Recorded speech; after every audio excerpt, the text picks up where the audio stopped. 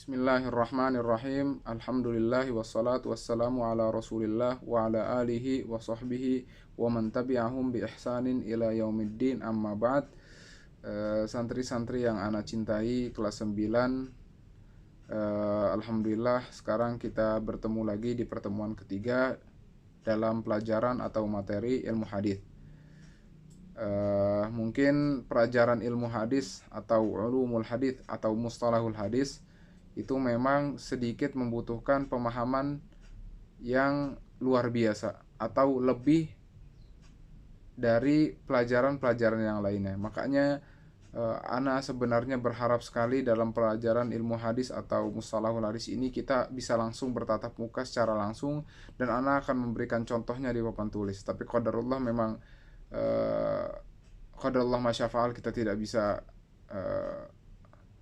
menolak takdir, dan ini sudah terjadi. Jadi kita melakukan apa yang bisa kita lakukan. Jadi mungkin kalau antum tidak paham, mohon ditanyakan. Karena kalau asas atau ta'rif atau pengertian saja tidak paham, bagaimana dengan pelajaran selanjutnya? Jadi ana mohon, jika antum tidak paham, antum bisa langsung tanyakan via Japri atau tanyakan langsung di grup. Ya, kemarin kita sudah berbicara tentang hadis. Hadis itu segala sesuatu yang disandarkan kepada Nabi SAW, dan ada 4 pokok. Yang pertama adalah perkataan beliau, setelah itu perbuatan beliau, yang ketiga adalah persetujuan atau takrir, dan yang keempat adalah sifat. Dan sifat terbagi menjadi 2, ada sifat akhlak beliau, dan ada sifat dari tubuh beliau, ya. Sekarang ana akan melanjutkan ke al-khobar, al-athar, dan hadisul qudsi. Insyaallah ana akan lebih cepat karena takutnya waktunya seperti pertemuan kemarin tidak cukup, ya. Sekarang kita masuk ke al-khobar.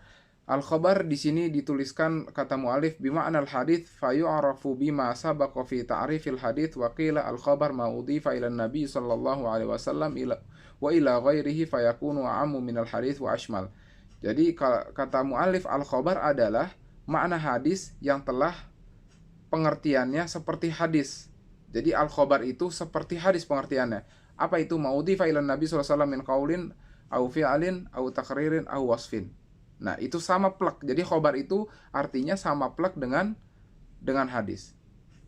Wakila, ada yang juga mengatakan al-khobar itu ma'udhifa ilan nabi sallallahu alaihi wasallam, segala sesuatu yang disandarkan kepada Nabi sallallahu alaihi wasallam, wa ila ghairihi. Nah, yang ini harus antum garis bawahi, wa ila ghairihi. Jadi khobar itu tidak hanya yang disandarkan kepada Nabi sallallahu alaihi wasallam, tapi juga disandarkan kepada yang lain.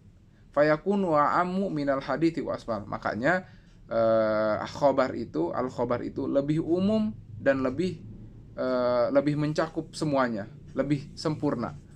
Jadi kalau kita bisa simpulkan, kullu hadithin khobarun walaysa kullu khobarun hadithin, ya. Jadi setiap hadis itu pasti khobar, tapi tidak semua khobar itu hadis, ya. Insyaallah paham.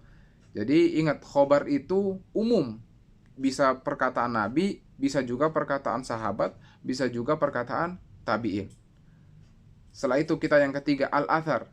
Kita baca kata mu'alif, ma'udhifa ila sahabi awit tabi'i wa qad yuradu bihi ma'udhifa ila nabi sallallahu alaihi wasallam muqayyadan fayuqal wa fil athar anin nabi sallallahu alaihi wasallam.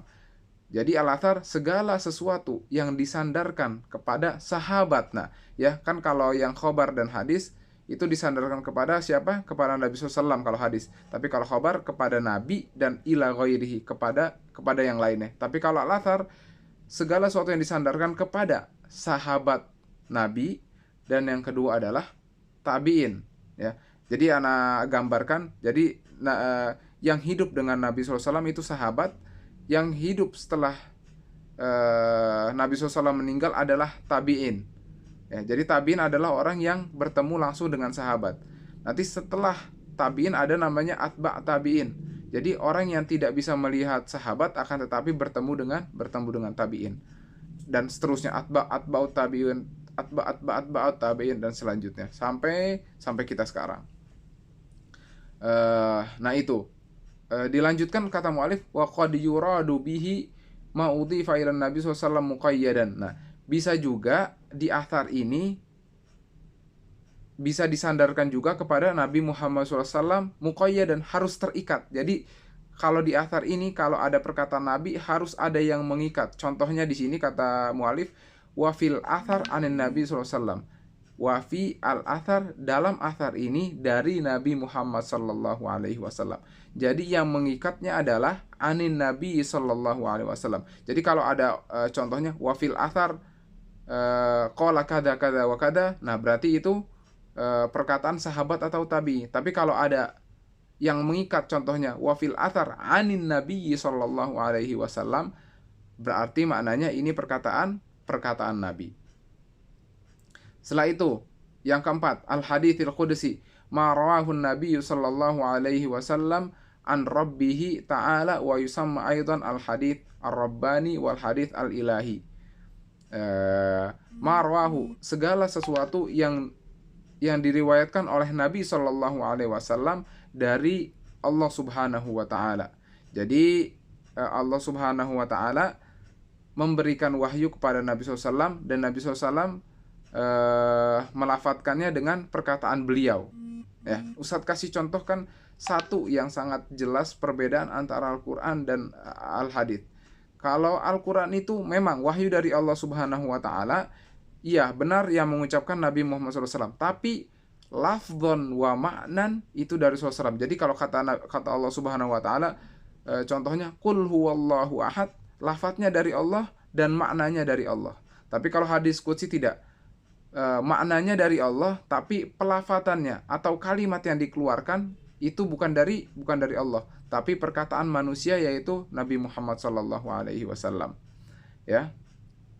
Wa yusamma aidan al-hadits ar-rabbani wal hadits al-ilahi. Nanti antum hafalin. Jadi al-hadits qudsi itu nama lainnya ada dua, berarti memiliki 3 nama. Antum hafalkan, mungkin bisa anak keluarkan sebagai ujian nanti di akhir semester.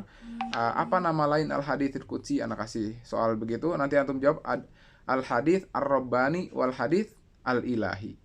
Ya.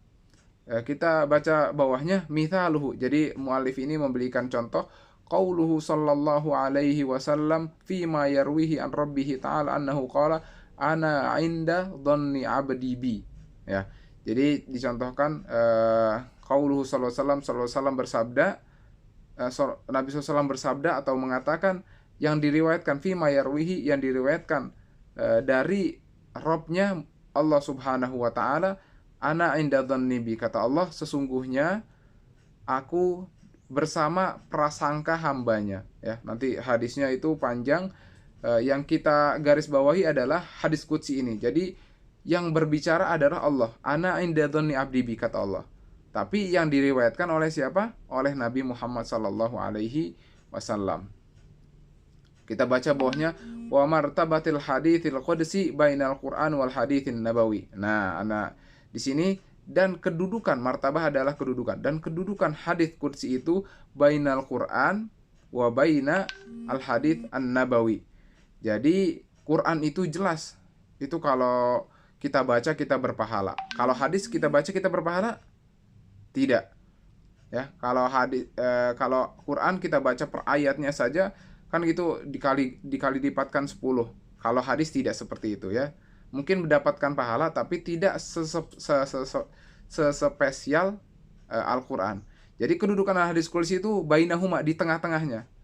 Dia lebih mulia daripada hadis yang dikatakan Nabi SAW, tapi dia tidak lebih mulia dari Al-Qur'anul Karim.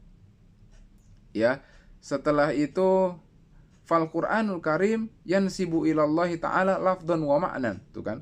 Jadi Quran itu kita nisbatkan atau disandarkan langsung secara lafaz dan maknanya itu langsung dari Allah. Jadi qul huwallahu ahad, Allahus samad, lam yalid walam yulad walam yakul lahu kufuwan ahad, itu lafadznya langsung dari Allah Subhanahu wa taala dan maknanya langsung dari Allah Subhanahu wa taala. Ya. Tapi kalau hadis qudsi sudah Ana sampaikan, maknanya dari Allah Subhanahu wa taala, tapi pengucapan atau pelafadannya itu pelafadan manusia, yaitu Nabi Muhammad sallallahu alaihi wasallam. Kita lanjutkan, wal haditsun nabawi yansibu ila Nabi sallallahu alaihi wasallam lafdhan wa ma'na tuh. Kalau hadis Nabi itu ya kayak seperti contohnya man amila amalan laisa alaihi amruna fahuwa raddun. Nah, ini adalah perkataan beliau dan maknanya juga dari Nabi. Nah, ya. Jadi beda sekali antara Quran dan hadis qudsi dan hadis.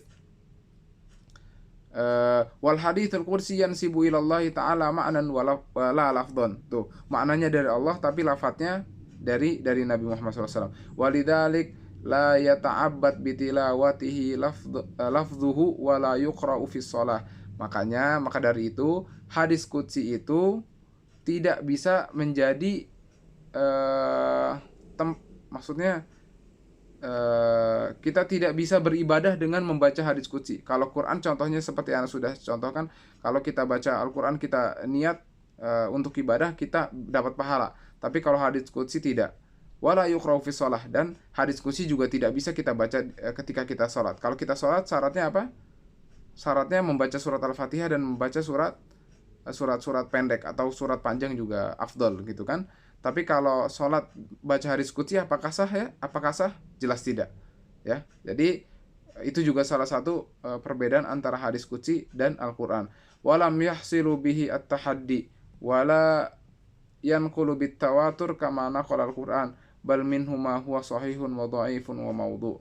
Dan perbedaan berikutnya kata muallif, kalau Al-Quran itu turun sampai kita sekarang itu mutawatir, atau riwayatnya itu lebih dari 3. Jadi ada ratusan orang di setiap generasi.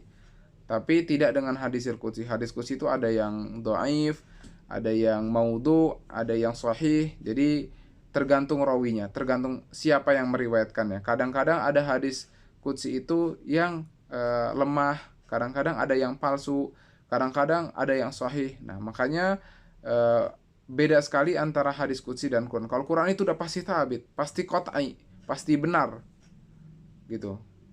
Kata Allah tuh dalam Al-Quran, yang jelas Allah berfirman, sesungguhnya aku yang akan menjaga Al-Quran itu sendiri hingga hari kiamat. Tapi tidak dengan hadis qudsi. Ya, mungkin sekian dari ana di pertemuan ketiga. Semoga antum bisa memahami apa yang ana jelaskan.